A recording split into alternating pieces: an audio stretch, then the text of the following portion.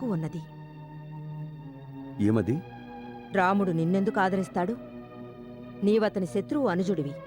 న్యాయప్రకారంగా అతడు నిన్ను నమ్మనే కూడదు.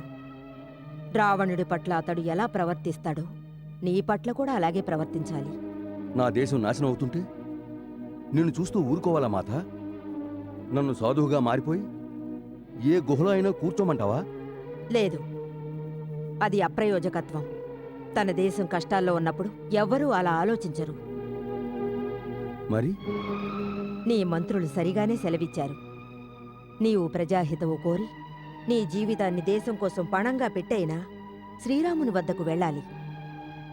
వారు నిన్ను శత్రుపక్షపు వాడిగా తలిస్తే మరణశిక్ష విధించొచ్చు. ఈ బలిదానం వల్ల రాజకులంలో ఉత్పన్నమయ్యే వారసత్వపు అధికారం నుండి విముక్తుడివవుతావు. వారు నీకు ఒక్కసారి మాట ఇచ్చినారంటే